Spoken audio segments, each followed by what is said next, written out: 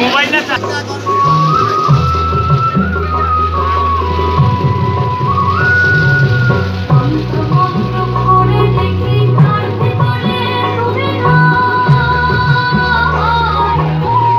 ভক্তমণ্ডলী, নবোদয় সার্বজনীন পূজা কমিটির পক্ষ থেকে সকলকে জানাই শ্রী শ্রী শ্যামা পূজা ও দীপাবলির আন্তরিক প্রীতি ও শুভেচ্ছা।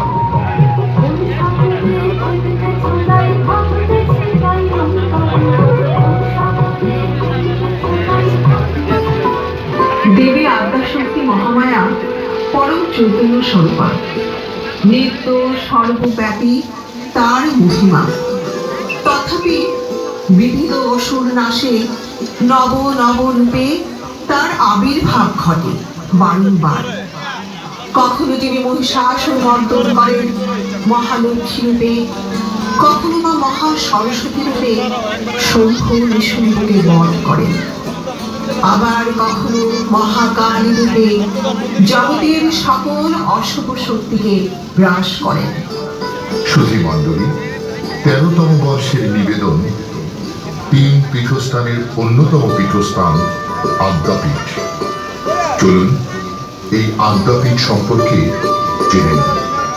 বাংলাদেশের চট্টগ্রাম থেকে পশ্চিমবঙ্গের কলকাতায় কবিরাজি পড়তে আসেন অন্নদাচরণ ভট্টাচার্য, যিনি অন্নদা ঠাকুর নামে বহুল পরিচিত।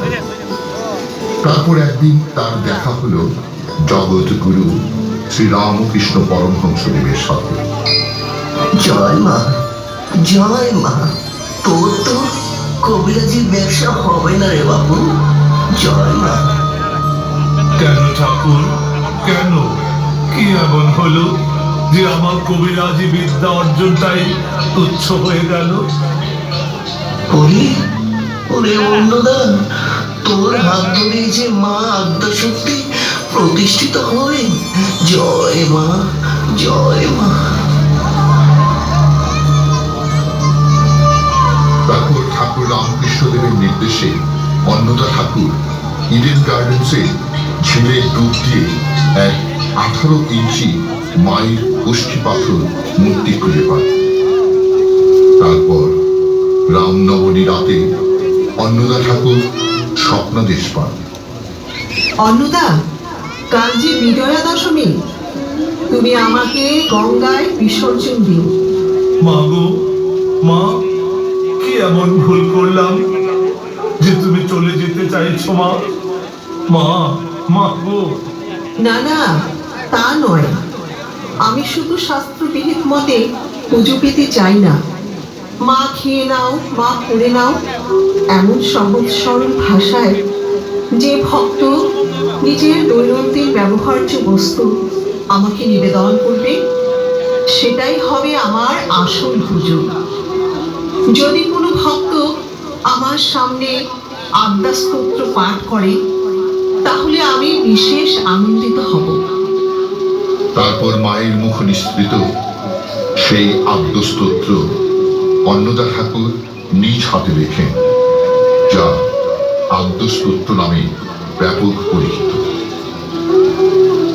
1918 সালে শ্রী রামকৃষ্ণ পরমহংসদেবের নির্দেশে অন্নদা ঠাকুর ঋষিকেশ যান এবং মন্দির নির্মাণের নির্দেশ পান।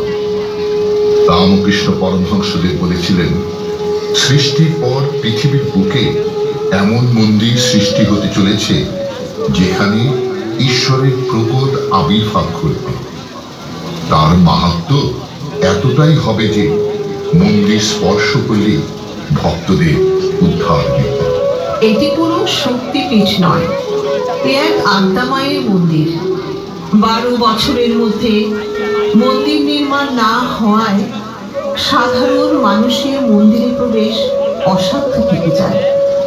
তাই নাট মন্দির থেকে মায়ের দর্শন করতে হয়। এই আদ্যামাকে 3 ভাবে দেখতে পায়।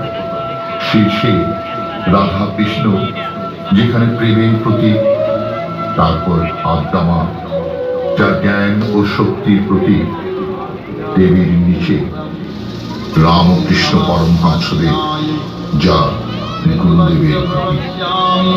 आद्यास्तोत्रं महाफलं यः पठेत् सततं भक्त्या